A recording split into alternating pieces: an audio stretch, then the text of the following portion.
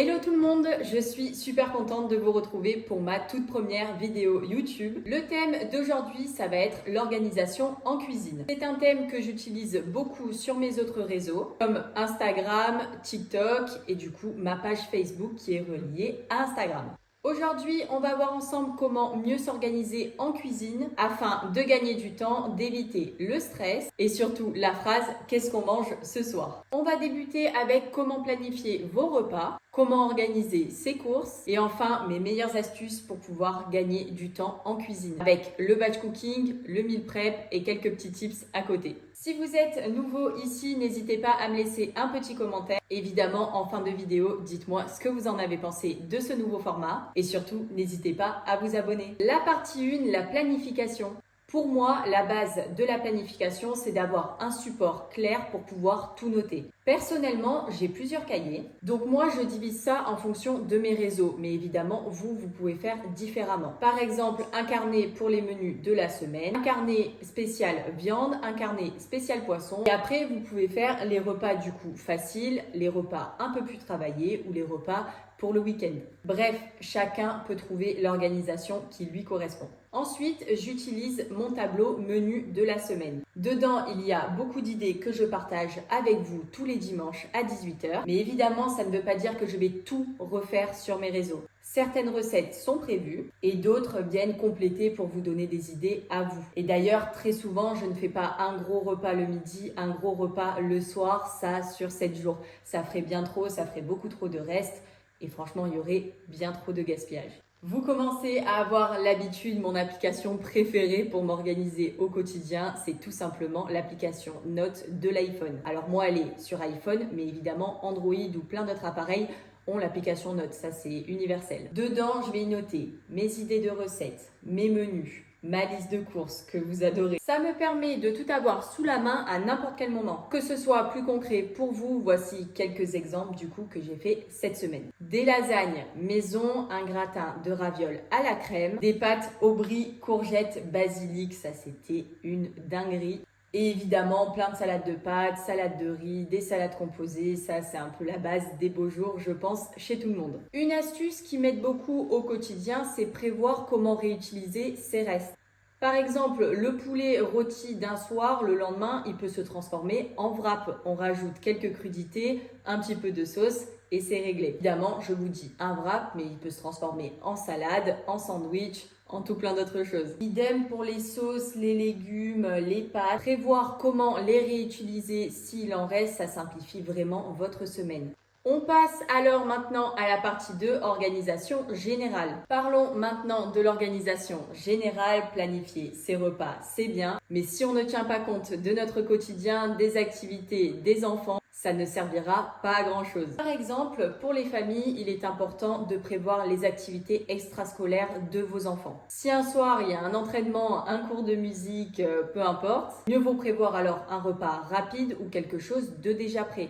Déjà prêt que vous avez cuisiné vous, évidemment. Même si rien n'empêche de se faire un bon McDo de temps en temps. Pour les journées plus calmes, du coup, on peut se faire plaisir avec un plat un peu plus long à cuisiner. Pour les courses, personnellement, vous commencez à avoir l'habitude, je fais mes courses au mois, donc des courses mensuelles. Si pour le mois d'octobre, il va y avoir un petit peu de changement, je pense opter pour les courses à la quinzaine. On va essayer de peser le pour et le contre sur les courses à la semaine, à la quinzaine ou au mois. Les courses à la semaine permettent de varier plus facilement les menus. Mais évidemment, ça demande plus de passage en magasin. Les courses au mois, elles, sont idéales pour gagner du temps, éviter les achats inutiles, à condition d'anticiper et de ne pas manquer de produits frais.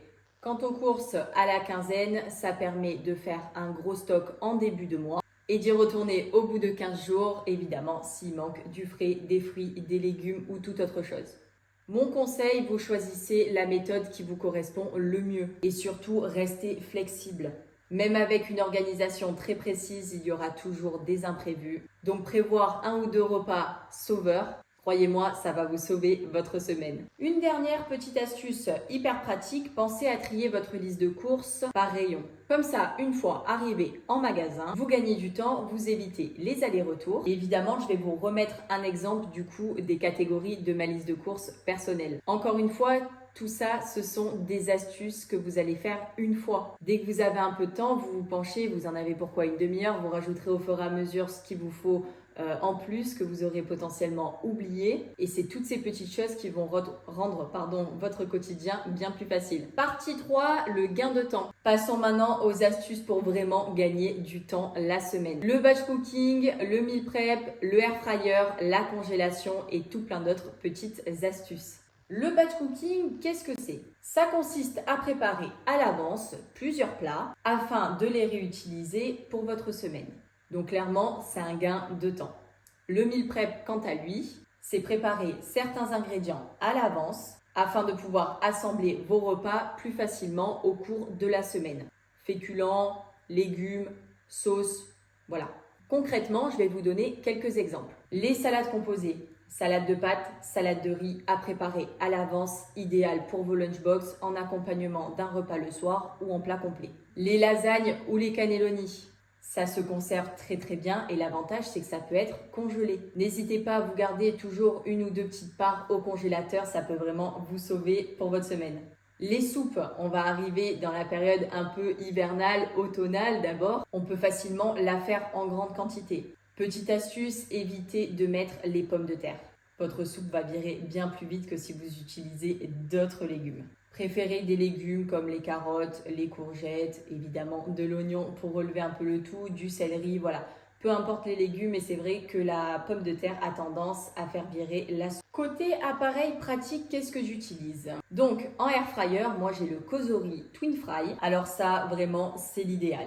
Il y a deux zones, on peut faire en simultané, on peut tout synchroniser, on peut faire en séparé.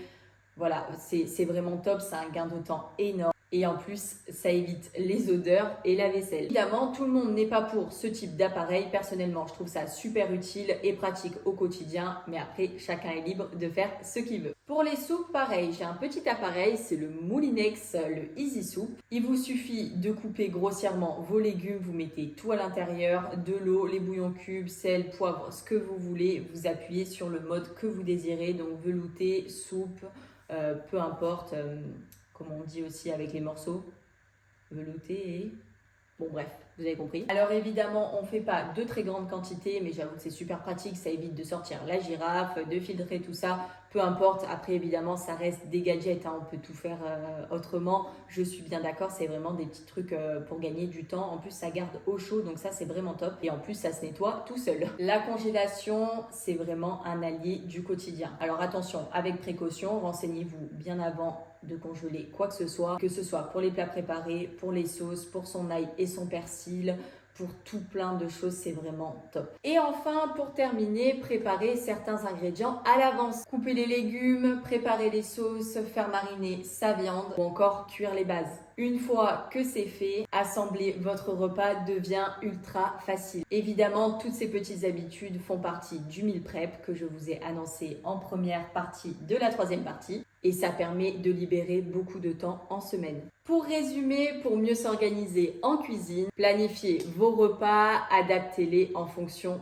de votre quotidien et aux activités extrascolaires. Gérez vos courses avec méthode. N'hésitez pas à utiliser toutes les astuces pour gagner du temps toute la semaine. Batch cooking, meal prep, appareil électroménager, tout ce que vous voulez. Dites-moi en commentaire quel type de contenu vous aimeriez voir la prochaine fois sur YouTube, du coup en version longue où on peut bien plus échanger que sur les autres réseaux. Des vidéos rapides, des vidéos plus longues, de la cuisine, un batch cooking. Je veux vraiment savoir ce qui vous intéresse sur cette plateforme. Si c'est pas encore fait, n'hésite pas à t'abonner. Merci d'avoir regardé ce long format et on se dit à samedi.